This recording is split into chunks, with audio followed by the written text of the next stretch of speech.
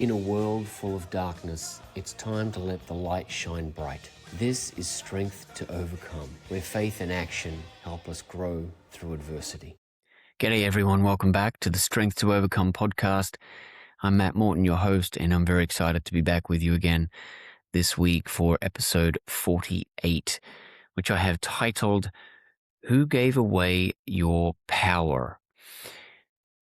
This is something that's been on my heart for about a year now, and it really did stem from the story that I've been unfolding over these 47 previous episodes. And today I want to dive in a little bit more on how that realization came about, because I think for me and for a lot of other people, we may not realize that we are getting caught in an identity of something that has happened to us, whether it be months, years or decades ago, or it's something we're currently going through now and we're constantly identifying as the person that's in those troubles or the person that was going through those troubles.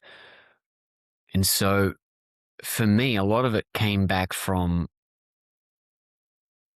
going through a divorce about 10 years ago. And for a lot of people out there, it might be the ex, it might be the boss, it might be the career path, it might be the diagnosis, it might be the injury, it might be the circumstances.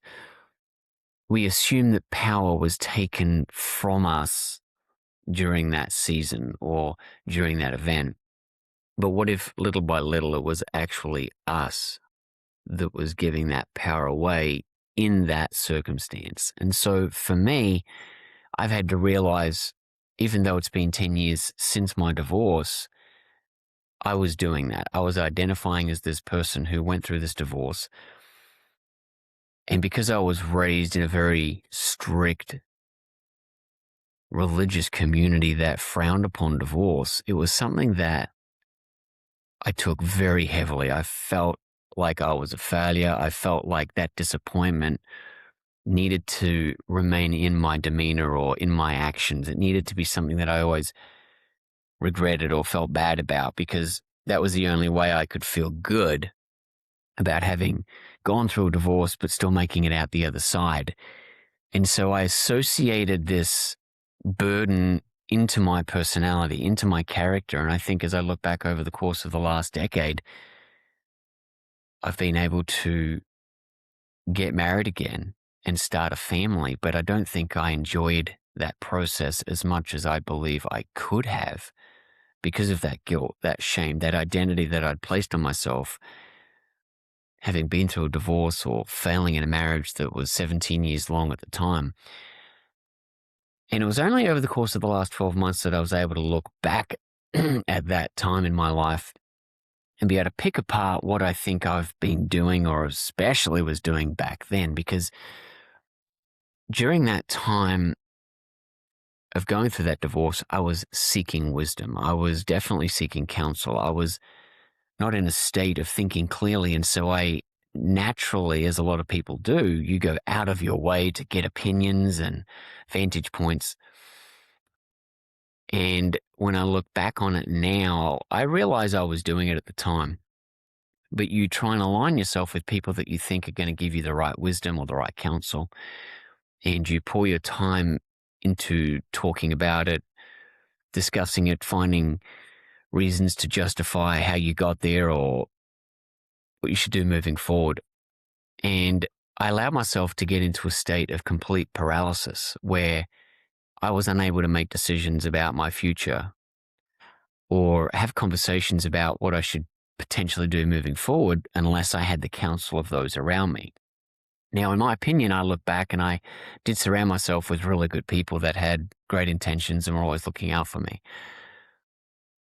There were people during that time that were better at it than others, and there are obviously people in it that were going to look through their own lenses of things that they had been through. And so the counsel, the wisdom, the wise words were sought after, but maybe they weren't always accurate to what was happening in my life or what I needed to do moving forward. And so I created this identity around someone that always needed to talk to someone before making a decision, someone that was always fairly confident in what maybe should happen next, but just needed someone to come along and say, yeah, do that one. Or, hey, no, have you considered this? And I don't think that that's wrong. I don't think that during a time of challenge or loss or hardship is a time to completely abandon everyone and just listen to your own thoughts. But at the same time, I poured myself so much into that process that I became that person. And it was only really recently where I had to look at whether I was potentially doing that again with regards to creating an identity being broken.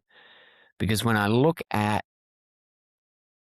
what I was going through during this torn bicep surgery, frozen shoulder, I started to see a pattern where I was leaning into this identity. And what I've realized is that over those 10 years where I was able to go through a divorce but still manage to bounce back, do you really bounce back moving forward, or do you just bounce back because time has allowed those wounds to not be so significant that you just don't do anything at all? And so you fall into this pattern of, okay, I'm getting them back on my feet, I'm going, but the baggage is still so strong that you don't actually become the best version of yourself because you're still holding on to that past. You're still giving away your power to who you think you should be or who you think you now are because you've been through something that was tough.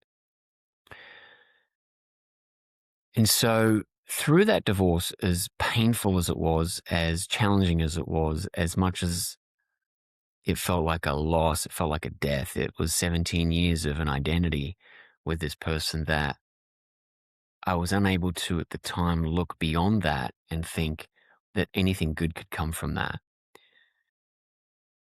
Now, the Almighty was gracious enough to allow me to get remarried and unbelievably become a father when during the divorce process, ever having someone again in my life, and certainly not having a family, was even close to being on my radar. It felt wrong. It felt like I wasn't worthy, or it felt like I'm just going to fail again. And so the Almighty truly did, in my opinion, for my life, surround me with good counsel and help me through, but I didn't really deal with it to the point where I was able to look at what was unfolding in my life and see it as a blessing. And so now I'm able to look back and look at this beautiful wife that I have that's smart, hardworking, has great parents that have been very supportive of us and helped us a lot by moving here to help us raise our kids. And so now I have these two beautiful girls that are 4 and 6. And to look back over those last 10 years and not really have enjoyed the process, but being looking over my shoulder is, to me, maybe a bit of a slap in the face to the Almighty when I've been given this opportunity. I've been given this story of redemption. I've been given this chance to be married again, be a husband, be a dad, have an influence over these beautiful young lives where I get to encourage and motivate, support, teach and coach and help them develop into wonderful human beings. And it was always something I wanted to do. And I was always told by people around me, hey, you'd be a great father. And it just never looked like it was going to happen. And so for it to happen very quickly and the way it went down at the time was the Almighty putting things into position so that that could happen. Now, I'm not saying he caused all the heartache, all the pain, and all the decisions I made that caused the divorce or was a contributing factor in the divorce. That wasn't necessarily him, but he did put in place something for me to move towards. And I gave that process, I gave that divorce, I gave that identity way too much power for way too long and missed out on recognizing that I have a wonderful wife that's great in so many ways. And although this marriage is not perfect, it's not where I'd like it.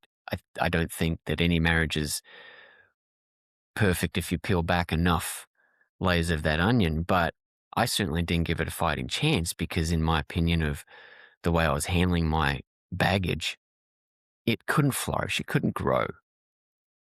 I gave my power to that identity, and when I look now at the things that I was doing in that last decade,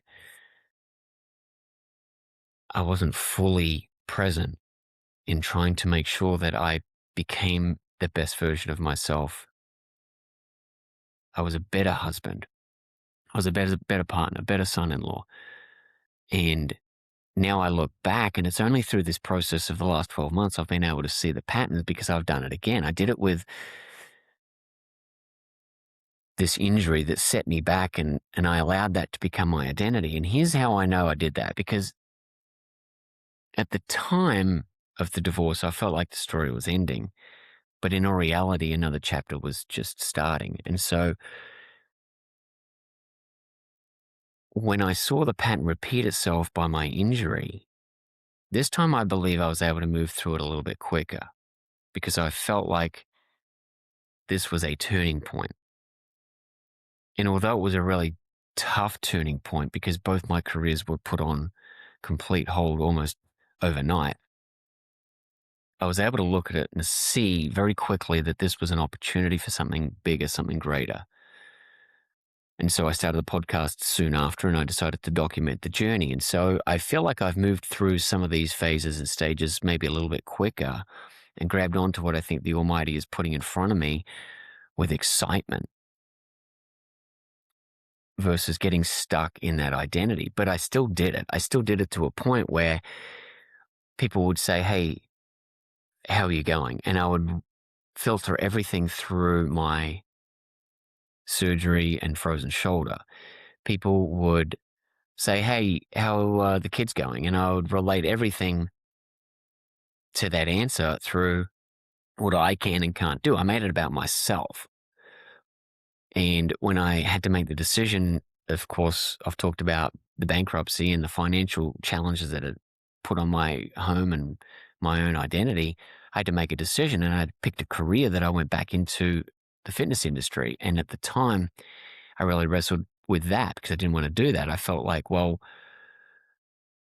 what if the Almighty's got something in store for me that's different than either of my current careers? But now I'm able to look back on it and see, wow, I was living in this state of being broken. I wasn't allowing what happened to me to be simply a chapter in the story. I was allowing it to be my complete identity. And so I would talk to just complete random strangers and share with them, hey, I'm not in the best shape because I tore my bicep and had surgery and got a frozen shoulder. And I would walk away from the conversation thinking, they don't know me at all. Why am I bringing that up? That's completely irrelevant to who I am and where I'm trying to go.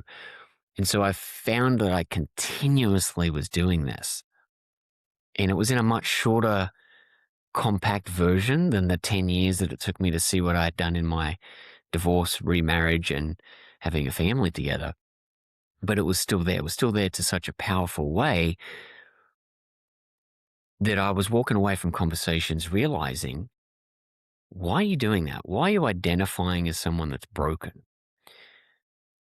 And it was interesting because I had a lot of people around me in the gym trying to encourage me to get back into some of the things that I had done in the past. Pickleball, golf, just anything outside of, hey, I'm doing rehab today. I'm doing rehab today. And it was this constant repetitive version of, hey, I'm doing rehab today. And so just this past week, I had enough people pushing me and encouraging me. And a good friend of mine at the gym who's been on this show as a guest, Paul Tringali, said, hey, we need a fourth for golf. And of course, my initial reaction was, I'm not ready. I can't do it. I'm broken. And it was funny because a client of his that I had trained in the past as well said, it's time. You got to get out there. You got to get on with it. And it was so encouraging for Phyllis to say that to me because of what she'd been through, which is her story to tell. But it was like, wow, I really do have to get on with this. I've got to push forward. I can't keep getting stuck here. I can't identify myself as this broken human. Even if I get out there and I just keep score and hand out the drinks, just get out there and get on with it. And so instead of seeing just nothing but limitations, I saw people encouraging me, pushing me forward. And it was just enough people and just the right time for me to have to make a snap decision to get out there and do it. And I got out there and I had an absolute blast with three great humans, and I hit a couple of shots that really ran through the wrist and the elbow and the shoulder, and it was painful. But I was able to shake it off and hit some out of the screws as well. And it was fantastic to have good people around me that believed in me and encouraged me and pushed me forward. But I didn't get stuck in the identity of being broken. And I think that's what really opened my eyes to making sure that I don't get stuck in that identity. And I started to realize all these conversations, all these people around me that are constantly allowing what may have happened to them decades ago, or as a child, or maybe it was just a handful of years ago, maybe it was months ago, maybe it was recently, maybe it's today, maybe you're allowing something to go so far into your psyche that it's becoming who you are. And I think we all resonate with it now. As I started to think through the last 12 months, I think we can all identify there are people in our lives that are constantly living in that state. I know I've done it, so I can identify it. And now I see it absolutely everywhere. Hey, I'm broke. I'm always sick. I always have bad luck. And I know that there are people that are either resonating with this, or you're thinking about people around you or friends of yours, family, that you're like, yeah, they totally do that. Every single thing that comes out of their mouth is filtered through what happened to them. And instead of being able to identify it as a portion of a chapter or even a chapter in the book, they're identifying as that person that is now the book, and they're stuck there.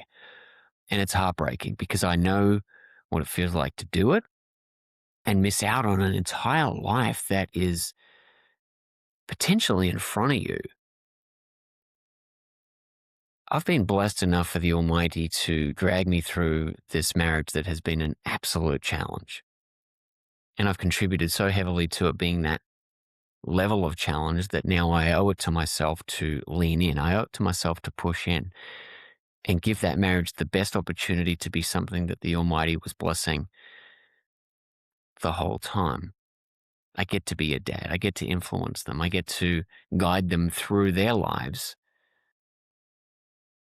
as carefully as I can because of hopefully learning from the things that I've been in.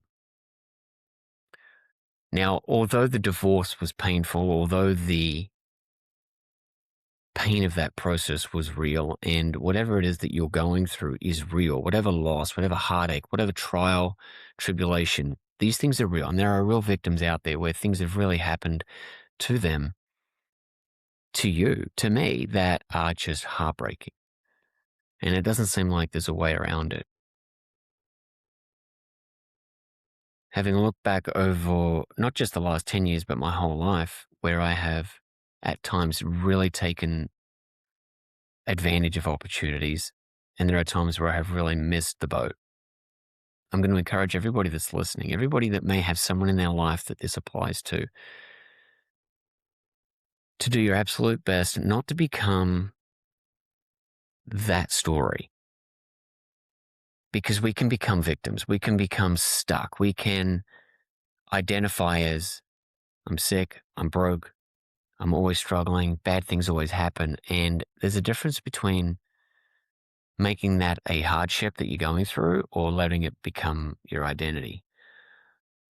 Because your identity can become self-fulfilling. You can literally create this loop that you can get stuck in. And I know I've done it, so I can speak to it, unfortunately, with a wry grin for those that are listening. I've got this understanding as I even speak it out loud that I've done it and wasted so many great years potentially building a wonderful marriage, becoming an even better dad, having an even more important, powerful, influential career that I've wanted for 20 plus years now. And although I can look at it and say, right, the Almighty was allowing me to go through more and more things so that I could have a deeper understanding of those things to be able to help others through it, it could have happened sooner. And we talked about that in a previous episode where his people were trying to take over the land and they hesitated. They had fear. They didn't allow the Almighty to be the leading force in the story. And they ended up with the promise. They ended up with the future, but it took decades longer than it was meant to. And so for myself and for those listening and anyone that you share this with, we are trying to make sure that we don't allow this temporary season to become that permanent identity. So I was able to get out there and play golf, have some fun. And now I don't look at myself as broken. I don't look at myself as someone that can't do these things. I look at myself as someone that is in a very heightened state of being healed and moving on. And although my shoulder and elbow and bicep and wrist are not 100%, I'm able to get on with my life instead of identifying as I'm not ready. And I think a lot of times I see people, especially as a trainer, as a coach, I see people that are almost their own worst enemy because they don't want to move forward into what could be because they're stuck being where they are, whether that be a weight loss or weight gain issue, whether it be an injury that they've got that they are now grabbing onto, whether it be a financial challenge that's holding them back, a addiction that they don't want to let go of. They are comfortable there to the point where they are unable to get to the next chapter. They're unable to identify as anything other than what they are. And they can't get on with becoming the physical, mental, spiritual best version of themselves. And so this week I was able to be blessed enough to get forced into it. And I stopped acting like an injured man and started acting like a man who had been injured. One was an identity, but the other one was an event. One controls the future, one controls the past. So I'm able to take a firm grip on what's happened in the past and learn from it, but it doesn't own me. I don't let it become my identity. I don't give it my full power. So moving forward, we've got a lot of people out there, and I've done it, right? We've got the divorce, we've got the betrayal, we've got the diagnosis, the business failure, the mistake that you just get stuck on and feel guilt or shame or remorse. Every conversation returns to it. Every explanation begins with it. And every decision gets filtered through it. And so it becomes this narrative of this is who they are. And this is why there are people out there that you just feel like you gravitate towards and others that you just need to step back from because they're stuck. I've been there. I've been stuck. I've had people move on from probably my friendship because of things that I was stuck in. And I think that that's how we have unwittingly or unknowingly given away our power to that identity. We've become so comfortable in it. So now what do we do, right? We don't want to waste 10 years or 20 years or 30 years. We want to get on with it. We want to move forward. We want to have the blessings. But right now we can't see past it. All we can see is what I'm in. And there's no way that this can ever be anything that's good. It can't possibly be used for a greater purpose. And you feel absolutely stuck. And so you wake up every day with positive thoughts and the best intentions. And it's sometimes all you can do to try and think of something else. But we don't want to get into a pattern where we're identifying ourselves through our own lens. because our own lens is even corrupted. So what can we do when we're in it and we don't see anything beyond it, right? You start to ask yourself, what's wrong with me versus what am I becoming? And this podcast has been so powerful for me because it's constantly brought me back, regardless of the viewers, regardless of the likes, regardless of the people diving in to hear this story. It's irrelevant. It's my story and I'm putting it out there. And one day, hopefully, a lot of people will catch an episode or realize, wow, let me go back. Let me hear what he was talking about at the beginning, because it sounds like he's onto something and it's all good. Great for him. But I want to hear the struggle. I want to hear the story of where it was, or how bad was it? And of course, I've shared that in a lot of past episodes, which I'm not going to do now. But it brings us all the way back to, what do we do now? And the opening question was, who gave away your power? Right? So maybe it wasn't your ex, guilty, right? Or maybe it wasn't your divorce. Maybe it wasn't your boss. Maybe it wasn't your injury. Maybe it wasn't your diagnosis. Maybe it wasn't your financial ruin or your circumstances or your loss. But maybe you gave away that power, your power, to opinions, to fear, to disappointment, to wounds, and to stories that were only supposed to describe a season. This podcast would never have started had that bicep not torn. Some of the things that I've gone through and realized would never have happened had I not done the podcast. Had I not played golf this week, I might not have looked back over the course of the last 10 years and realized, wow, you might have done better this go around, but you still did it. You still didn't lean into what was possible beyond the heartache and pain and suffering that you were going through, which are real and they do hurt. But what we don't want to do is allow the story to stop right here.